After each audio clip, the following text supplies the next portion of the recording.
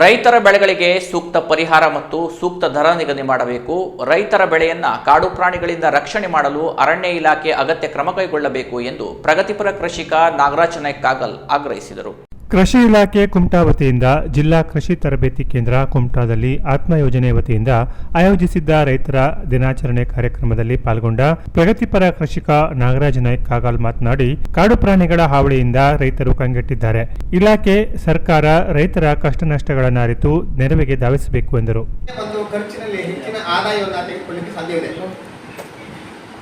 ಈಗ ಆಧುನಿಕತೆ ಹೇಗೆ ಅಂತಂದರೆ, ಈಗ ಇವರು ಹೇಳಿದರು, ಈಗ ನಾನು ಸಾಕಷ್ಟು ಭತ್ತದ ಬಗ್ಗೆ ನನಗೆ ಅಷ್ಟೊಂದು ಮಾಹಿತಿ ಇಲ್ಲ. ಆದರೆ ಅದನ್ನು ಕೂಡ ಈಗ ಯಾವ ನಮ್ಮ ಪ್ರದೇಶಕ್ಕೆ ಯಾವ ತಳಿ ಸೂಕ್ತ ಅನ್ನೋದನ್ನು ನಾವು ಮೊದಲು ಕಂಡುಕೊಳ್ಬೇಕು. ಅದನ್ನೇ ನಾವು ಹೆಚ್ಚು ನಾವು ಬೆಳಿಬೋದು. ಉದಾಹರಣೆಗೆ ಒಂದು ಇದು ಹೇಳ್ತಾನೆ, ಮಾವು. ನಮ್ಮ ಏರಿಯಾದಲ್ಲಿ ಮಾವಿಗೆ ನಾನು ಎಷ್ಟೇ ಪ್ರಯತ್ನ ಮಾಡಿದ್ರು ಮಾವಿನ ಬೆಳೆ ಬರೋದಿಲ್ಲ. ಎಲ್ಲ 2 ವರ್ಷ 3 ವರ್ಷಕ್ಕೊಮ್ಮೆ ಬರ್ತದೆ. ಯಾಕಂತಂದರೆ ಆಮೇಲೆ ಅಪ್ಪೆ ಗಿಡ ಅಂದರೆ ಉಪ್ಪಿನಕಾಯಿ ಮಿಡಿ, ಅದನ್ನು ಸಾಕಷ್ಟು ಗಿಡ ತಂದಿಟ್ಟೆ ನಾನು.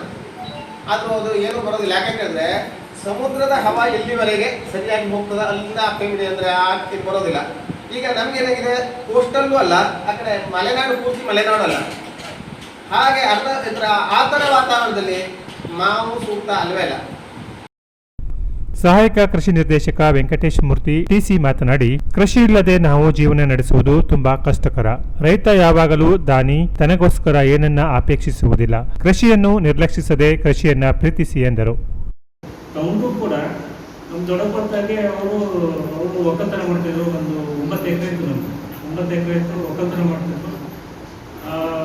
ಊರಿಗೆ ಹೋದಾಗ ನಾವಿಲ್ಲಿ ಸಣ್ಣದಿದ್ದಾಗ ಊರಿಗೆ ಹೋದಾಗ ನಮ್ಮ ದೊಡ್ಡಪಟ್ಟಾಗೆ ದುಡ್ಡು ಇಸ್ಕೊಂಡ್ಬಿಡ್ತಿದ್ರು. ಹಿರಿಯ ತೋಟಗಾರಿಕೆ ನಿರ್ದೇಶಕ ಚೇತನ್ ನಾಯ್ಕ್ ಮಾತನಾಡಿ, ರೈತರು ಕೃಷಿ ಬೆಳೆಗಳಲ್ಲಿ ತಮ್ಮನ್ನು ತಾವು ತೊಡಗಿಸಿಕೊಳ್ಳಬೇಕು. ತೋಟಗಾರಿಕೆ ಬೆಳೆಗಳಿಗಿಂತ ಕೃಷಿ ಬೆಳೆಗಳು ಅತಿ ಮುಖ್ಯ. ಕೃಷಿ ಬೆಳೆಗಳಾದ ಭತ್ತ, ದ್ವಿದಳ ಧಾನ್ಯಗಳಿಲ್ಲದೆ ಮನುಷ್ಯ ಜೀವಿಸುವುದು ಕಷ್ಟಕರ. ಹಸಿದ ಹೊಟ್ಟೆಗೆ ಅನ್ನ ಬಹಳ ಅವಶ್ಯಕವಾಗಿದೆ. ಹೀಗಾಗಿ ಕೃಷಿಯಲ್ಲಿ ತೊಡಗಿಕೊಳ್ಳಬೇಕು ಎಂದರು. ಪ್ರಗತಿಪರ ರೈತ ಪ್ರದೀಪ್ ಕುಮಾರ್ ಹೆಗಡೆ ಅಧ್ಯಕ್ಷತೆ ವಹಿಸಿ ಮಾತನಾಡಿದರು.